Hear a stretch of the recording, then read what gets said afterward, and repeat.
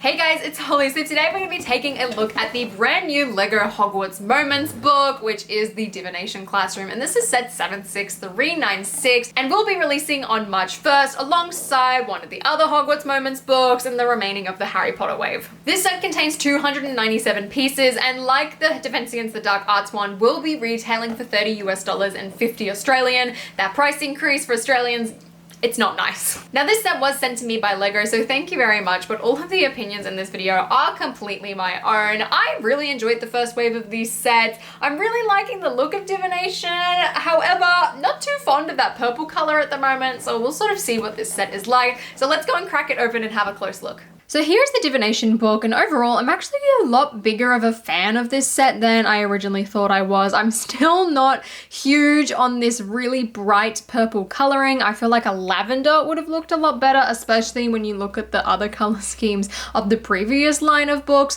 But before we take a look at the actual set itself, let's have a look at the minifigures. First up, we have Professor Trelawny, and I really like the outfit design that they've done for her, though I do have to say I much preferred the skirt piece from the CMF version, but it is good, again, to have some variety with her. She does use the same headpiece as that minifigure, which I love. I think it's absolutely perfect, and the face is really good. I just wish it communicated sort of her craziness a tiny bit more, but that's all right. It would have been nice to have the printing continue around to the side of the legs, but at the same time, I'm not surprised that that is the case. She's got some really nice back printing and a really sweet alternate face, and I definitely think this one personally works a lot better than the happy smile, so I'm gonna switch that over right now.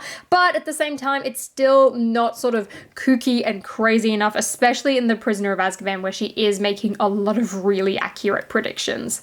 Next up, we have Harry Potter, and I really wish that they did not change his hair because I really liked sort of the original tousled version that they used for Year 3 Harry, and if this is meant to be Year 4 Harry, then again, I much preferred the Lloyd hairpiece than this one. I just feel like it doesn't quite work as well. It really reminds me a lot of, though, like the Dimensions Harry Potter, which is fine. It does actually as well cover up his scar, so you do miss a tiny bit of that head detailing. Then again, this head is nothing special. It's the same one that we've seen on a ton of Harry figures, and Harry does come along with the brand new sort of Gryffindor robes that would feature a lot in the sets in 2021.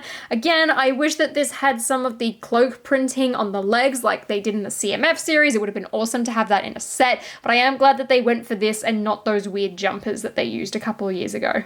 And lastly, we have Parvati Patil, who is a really nice inclusion considering the only other time she has appeared was in the Goblet of Fire themed advent calendar from 2020. Again, I really like how they've included a different robe variant, that being the closed robes. I also really like her new head print. It looks amazing, and it's always great to get these types of prints and faces in a variety of different colors. It's really nice to have another new face print to sort of add to the collection in that regard. I love her alternate face as well, looking all sort of sweet and worried. And overall, she's just a really good minifigure. It would have been great as well to sort of get her sister in this set, but then again, the Hogwarts Moments only really come with 2.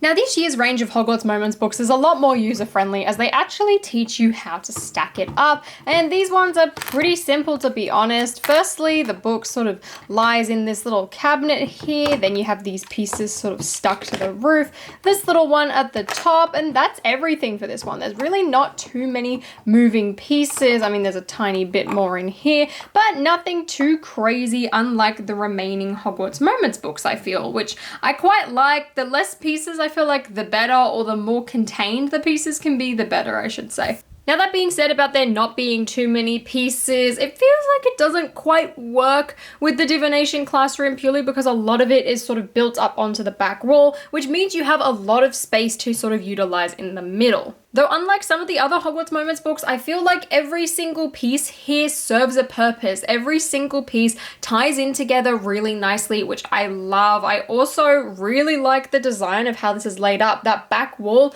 looks really clean. Overall, all of the colors match really well. It feels like the room is actually flowing, which I can't really say that for a lot of the other versions of these books. I'm honestly a really big fan for everything but the purple color scheme. It's the only thing that's throwing me off. I don't think it completely matches with the rest of the tones in this set, but it could be a lot worse.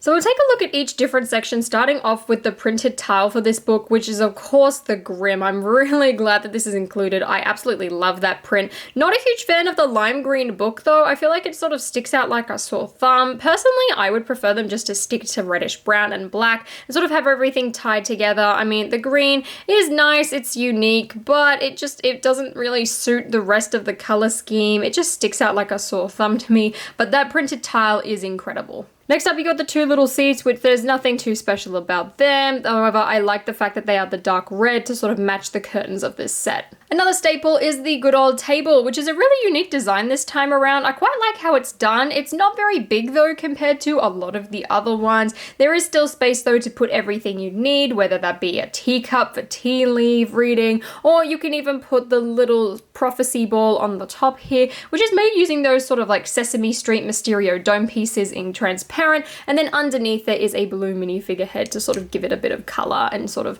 make it look a bit more interesting. Personally, I would have loved to have seen them use one of the cloudy versions of these pieces that sort of have like that shine to them like they use for Mysterio and like they use for Sesame Street, but I mean the clear works fine, that's just my personal preference. But not only do we get prophecy reading in this set, we also get tea leaf reading, complete with this little teapot and a tiny stand. I mean, it's cute to sort of fill up the space, but it's really nothing special. Speaking of tea, there's an entire stickered panel sort of representing a shelf with a variety of different teapots and teacups. There's also two clips on it though. I really can't think of anything you want to clip to it besides maybe some of the teacups or even just for like storage purposes. It also has some studs on the bottom, so it's not like you can really stick it inside any of the sections because the actual base of it is flat. So I just sort of plop it along the side there just to sort of fill up the empty space at the front.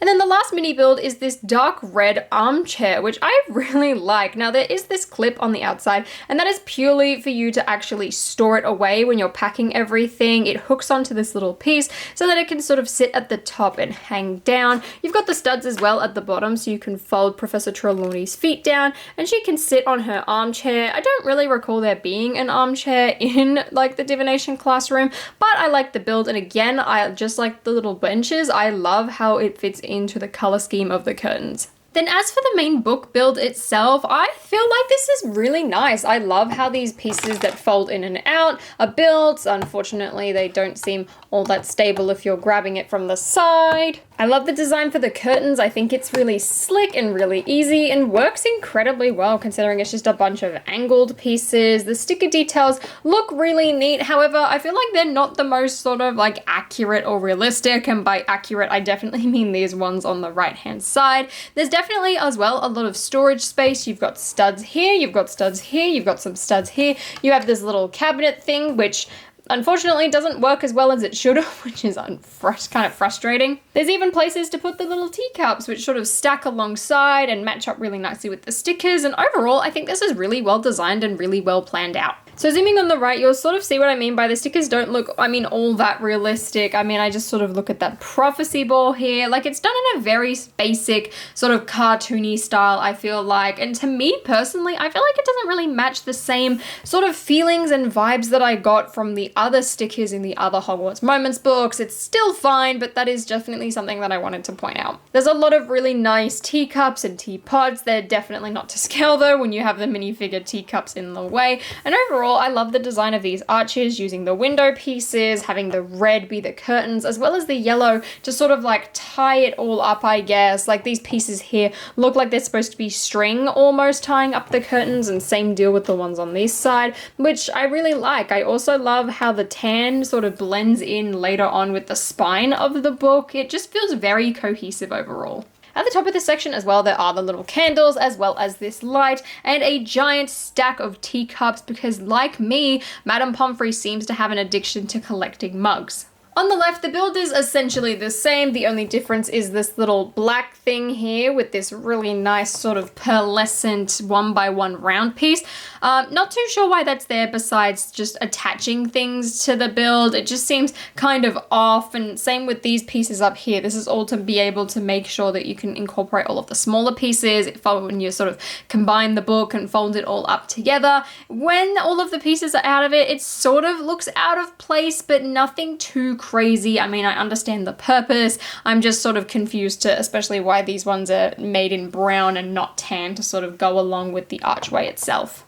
The stickers under here though are really nice. You can see the red curtains, you can see a really nice window print at the background, as well as the staircase, and this sticker print sort of continues up as well. You can see the remaining of the curtains, as well as this golden lamp, and again, I would have really liked to see some tiny bits of highlights just to make it seem a bit more 3D and less two-dimensional. There's also some pink accents on these curtains there, and as you'll see too, the window does continue up on the left-hand side as well. Now, as for the center console, just like the Defense Against the Dark Arts book, there's actually a space to put your little book, which is in this cupboard here. Unfortunately, though, the cupboard doesn't quite work as well as it should. Like, the doors don't completely close and can often open and the book will fall out. So it is kind of hard to get it in there. However, it does work, but it's just a bit of a struggle and a bit of a wrestling match to get it to. Moving on up, and there's this little nice tiny gray architecture here with a gem on the inside. I love the design of this. I love the use of the comb pieces,